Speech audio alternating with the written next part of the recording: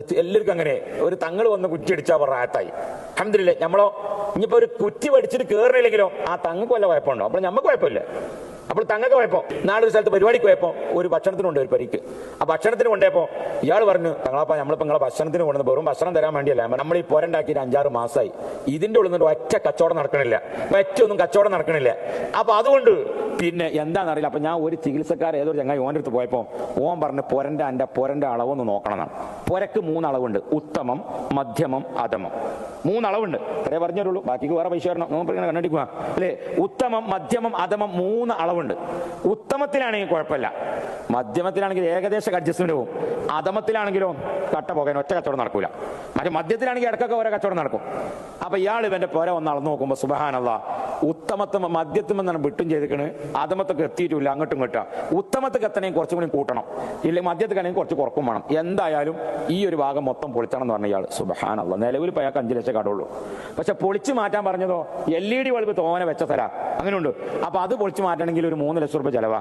അപ്പൊ 5 3 8, പിന്നെ ഈ ചങ്ങായിക്കും കൊടുക്കേണ്ടി വരുമല്ലോ എന്തെങ്കിലുമൊക്കെ. അപ്പൊ ഞാൻ പറയണില്ല. അപ്പൊ അങ്ങനെ സുബ്ഹാനല്ലാഹ് ഇവങ്ങനെ ഇതിലിങ്ങനെ ആകെ കൺഫ്യൂഷൻ ആയി നിൽക്കുക. അപ്പോഴാണ് അവിടെ ഒരു സ്വലാത്ത് വാർഷികം വരുന്നത്. അപ്പൊ എന്നാൽ തങ്ങൾക്ക് ചിലവ് അമ്മോടെ തന്നെ. അപ്പൊ എന്നോട് ചോദിച്ചപ്പോൾ ഞാൻ പറഞ്ഞു, ഇൻഷാ അല്ലാഹ് നമുക്ക് നോക്കുക. പിന്നെ അപ്പൊ ജോലിർത്ത് വാ, നമ്മൾ 2-3 കാര്യം ചോദിക്കട്ടെ. ഞാനോട് കറക്റ്റ് സത്യം മാത്രമേ പറയാൻ പാടുള്ളൂ. ഈ ചോദ്യങ്ങൾ നിങ്ങളെ നഫ്സിനോട് ചോദിക്കാനുണ്ട്, ഞാൻ ചോദിക്കണമൊക്കെ റെഡിയാണെന്ന് വെച്ചാൽ. അപ്പൊ പ്രശ്നത്തിന് പരിഹാരമാവും. അങ്ങനെ ഇവന് ഒതൊക്കെടുത്ത് നമ്മുടെ കളവ പറയാൻ പാടില്ല. ഞാൻ ഉസ്താദെ സത്യം പറയുള്ളൂ. ഞാൻ ചോദിച്ചു, ഇതിപ്പോ ഇന്ന് സുബൈ സ്കെച്ചോന്ന് ചോദിച്ചു. ഇന്ന് സ്കെച്ചില്ല ഉസ്താദെ. ഇന്നലെ വെച്ചു, ഇന്നലെ നിസ്കരിച്ചില്ലാണ്. മിനിഞ്ഞാന്ന് വെച്ചു, ഞാൻ നിസ്കരിച്ചില്ല. പിന്നെ എന്ന് നിസ്കരിച്ചോ? ഞാൻ കൂടിയിരിക്കല്ല നിസ്കരിച്ചാണ്. അപ്പൊ ഞാൻ എൻ്റെ അളവ് ഇപ്പൊ ഞാൻ അളക്ക് വെച്ചു. അല്ല, അന്നൊന്നും മദ്യത്തിൽ കൊണ്ടുവരണല്ലോ. എന്നും നിസ്കരിച്ചാണെങ്കിൽ ഉത്തമത്തിലാണ്, ഇടക്ക് നിസ്കരിച്ചാണെങ്കിലും മദ്യത്തിലാണ്, തീരെ നിസ്കരിച്ച അധമത്തിലുള്ളത്. അതുകൊണ്ട് പോര അളക്കണേന് മുമ്പ് അന്നം അളക്കണം എന്നാണ് തീരുമാനമായി. നിങ്ങൾ നാളെ നോക്കാണി, അല്ല നിങ്ങൾ നാളെ നോക്കി. നിങ്ങളെ ഇതിങ്ങനെ ദ്വേർക്കാൻ പറയും ലീസ്റ്റിൽ. പഠിച്ചോനെ എനിക്ക് പൊരപ്പണി പൂർത്തിയാവണം, ദ്വേർക്കണം. ഈ ദ്വ കഴിഞ്ഞ് പൊര കയറ്റി കഴിഞ്ഞാൽ പിറ്റത്തെ കൊല്ലം സ്വലാത്ത് വാർഷികത്തിനാലും ആ പൊര വിൽക്കാനാ ദ്വേർക്കാൻ പറയണേ. കാരണം എന്താ? അത്രയും ലോൺ എടുത്തുക്കണം, അത്രയും ലോൺ എടുത്ത്. ഇവിടെ ഇപ്പൊ മൊബൈൽ തന്നെ ലോണത്തിലാണ്, മൊബൈൽ തന്നെ ലോണാണ്. iPhone 17 ഇറങ്ങിയോ? ഓനെ എന്ത് മറുപടി അങ്ങനെ കുടുങ്ങിച്ചിട്ട് ഉണ്ടാകത്തിരിക്കാമോ അല്ലേ?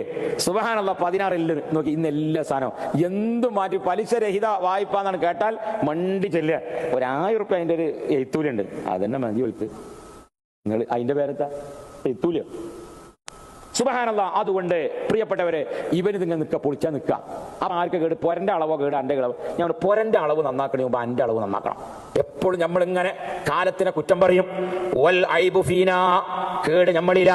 വമാലി സമാനിനാ ഐബുൻ സിവാനാ, കാലത്തിനും ദിവസത്തിനും ഒരു കൊല്ലത്തിനും ഒരു കുഴപ്പമില്ല.